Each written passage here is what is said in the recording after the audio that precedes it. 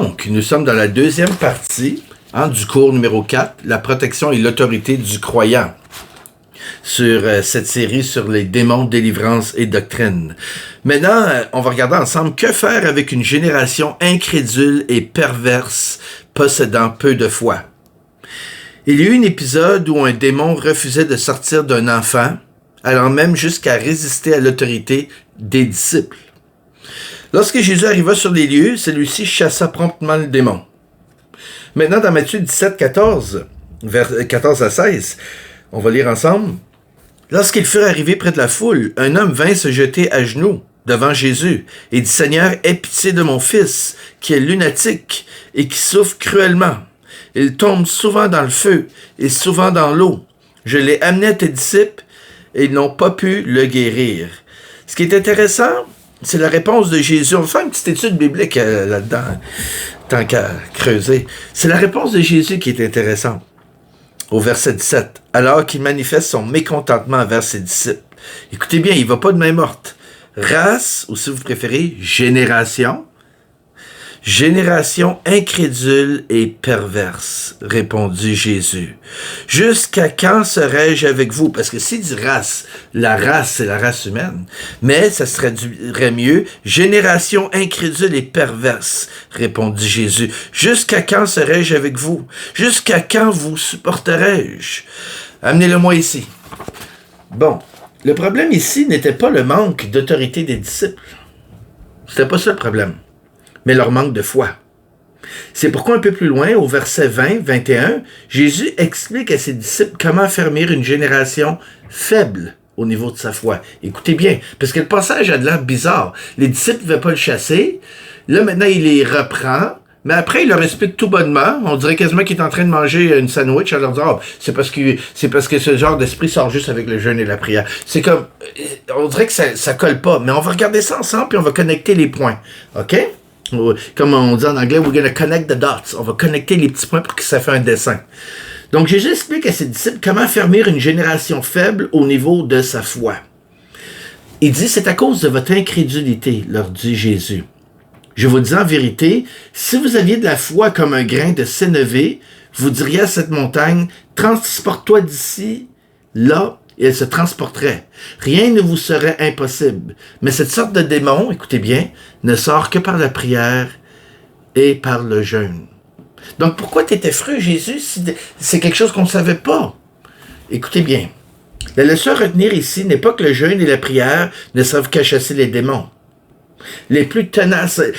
Certains vont dire, le jeûne et la prière, ça nous aide à chasser les démons qui sont plus tenaces.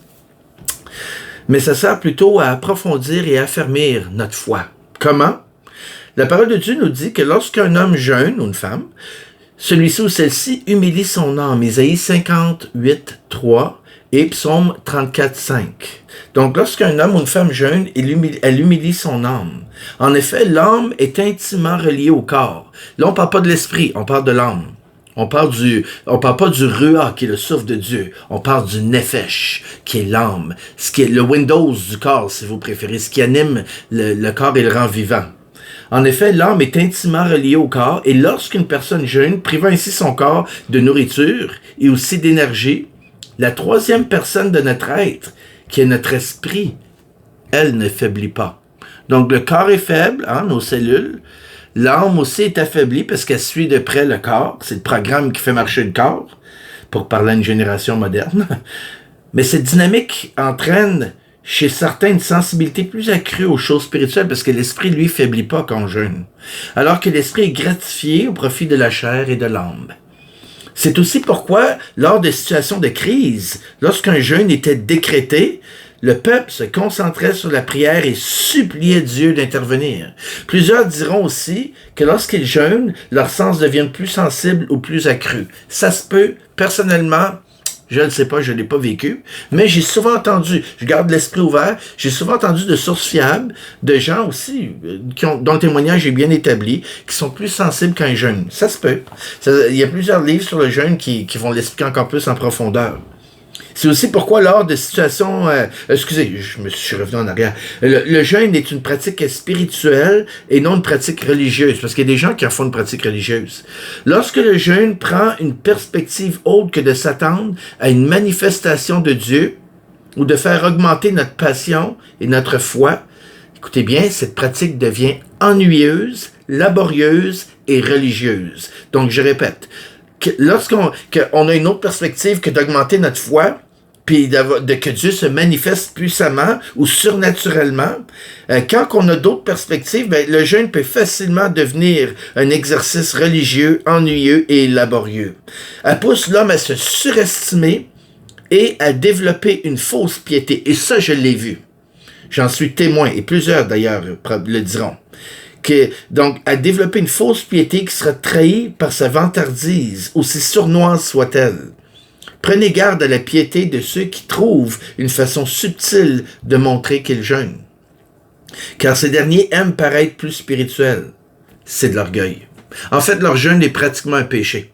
Et ils se nuisent, un peu comme dans le passage dans Isaïe, quand il dit au peuple, vous jeûnez pour faire le mal. C'est de l'orgueil. Quand quelqu'un se surestime, ou il y a une fausse piété, où il y a besoin de faire savoir d'une façon ou d'une autre qui jeûne, ou quelle intensité il jeûne. Ah, mais moi, je jeûne un jeûne complet. Je les entends des fois se vanter dans des assemblées. C'est incroyable. Ils vont se vanter, moi, moi, je jeûne 2, 3 repas. Il y en a d'autres qui vont se vanter. C'est tellement personnel. C'est tellement confidentiel.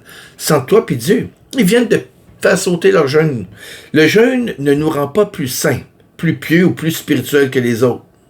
Alors, si tels sont vos objectifs, vous avez une attitude religieuse. Vous avez carrément une attitude religieuse. C'est une question de passion. C'est une question de puissance. Et c'est une question de proximité avec la personne de Jésus.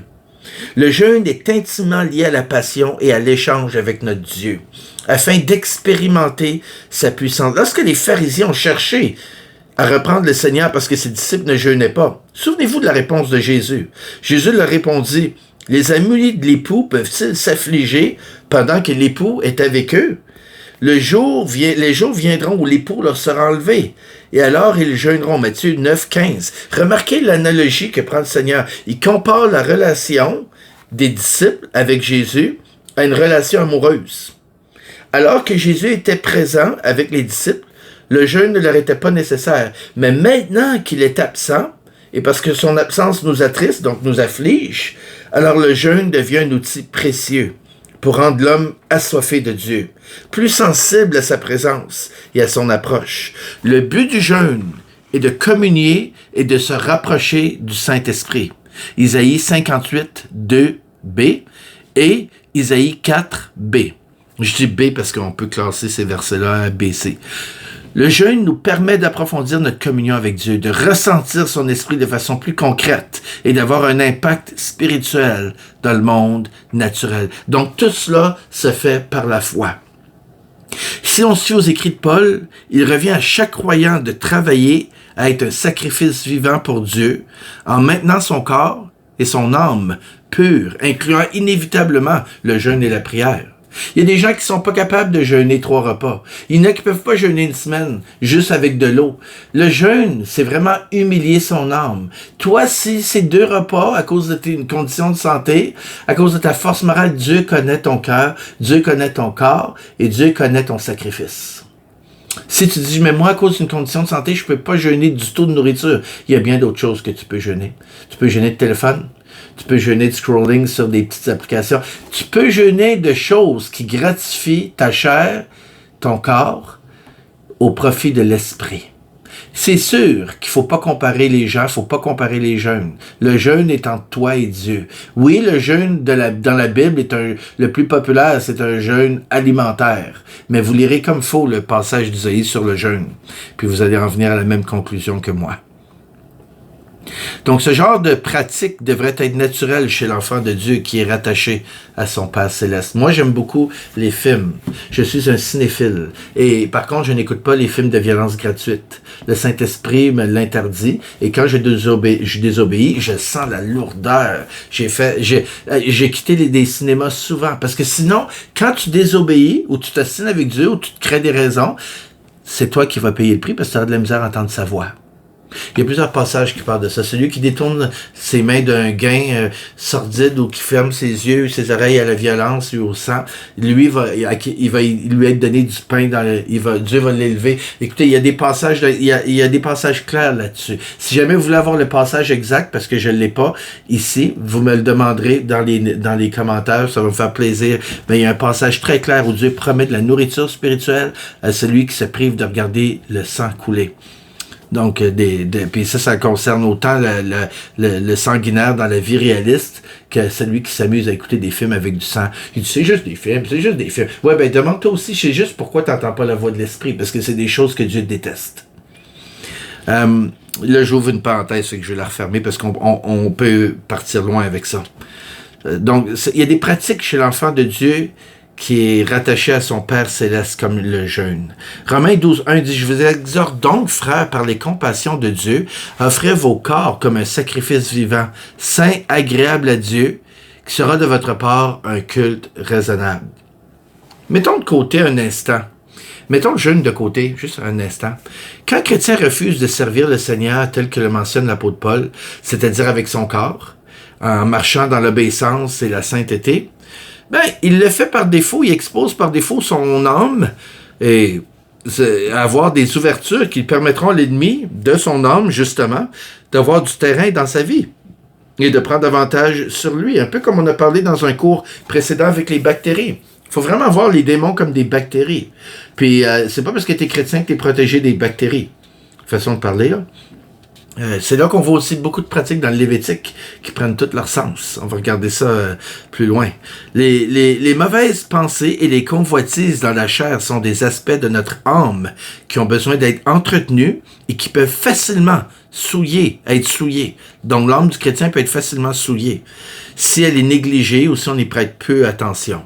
Par conséquent, si ces pensées et ces convoitises ne sont pas réglées, elles peuvent même ouvrir une faille spirituelle qui mettent à risque de contracter un esprit impur qui vienne semer un lien spirituel en vous.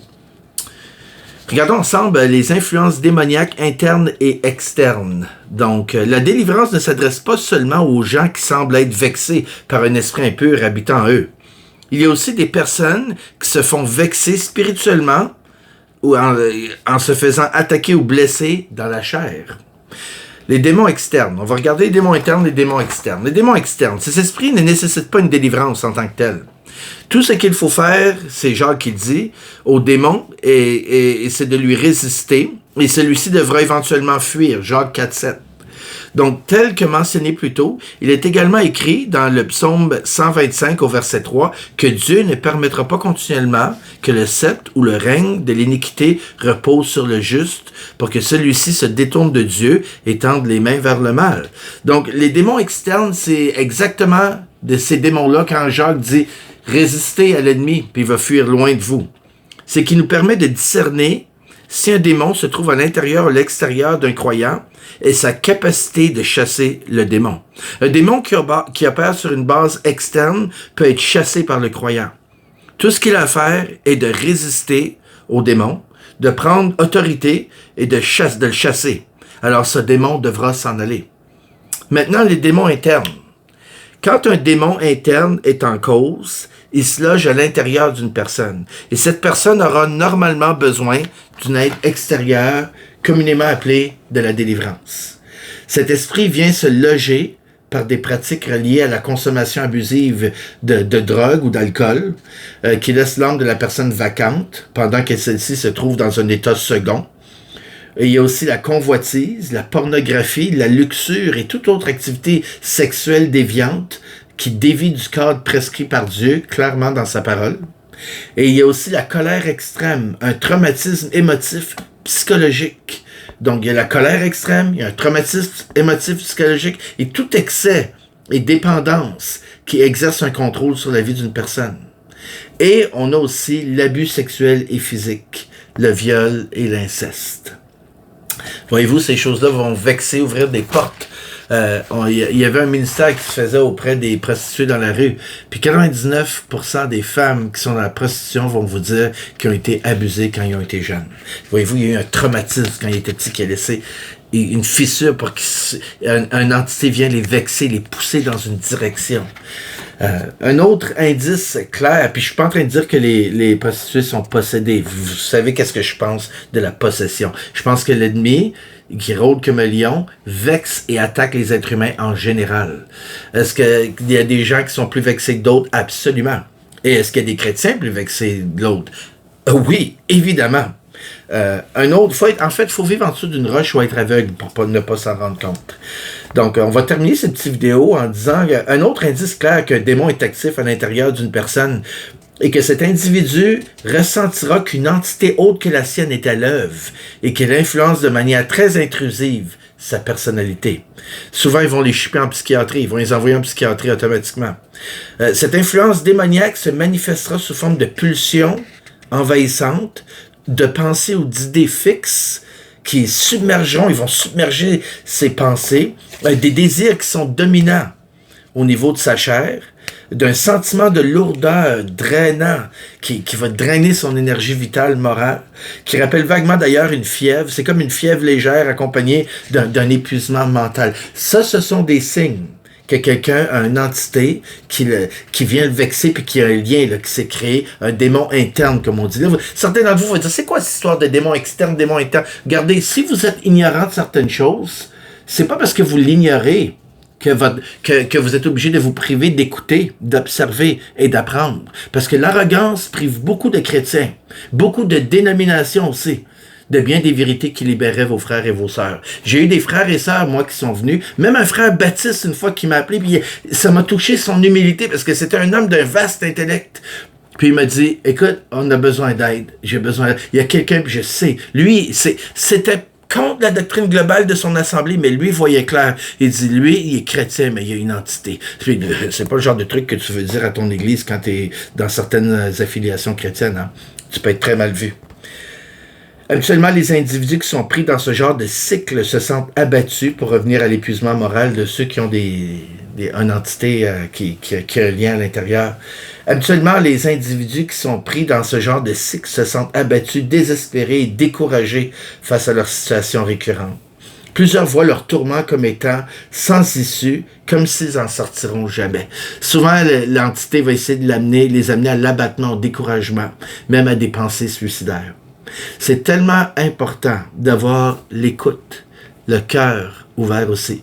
La raison que je fais ce cours-là en français, j'ai donné ce cours-là il y a à peu près 10 à 15 ans, mais il n'y a rien qui a changé manifestement. C'est tellement important, j'ai décidé de le mettre en ligne, peu importe ce que les gens auront à dire, parce que dans le monde anglophone, moi j'ai grandi en Ontario, j'ai accepté le Seigneur en Ontario. Il y a beaucoup de ressources en anglais, mais en français, on a très peu de ressources. Et ça, c'est une ressource. Vous irez sur ma chaîne si vous les voulez au complet. Tous les cours démons, délivrance et doctrine sont là. Puis je vais en mettre d'autres avec le temps. Il va falloir que vous soyez patient avec moi.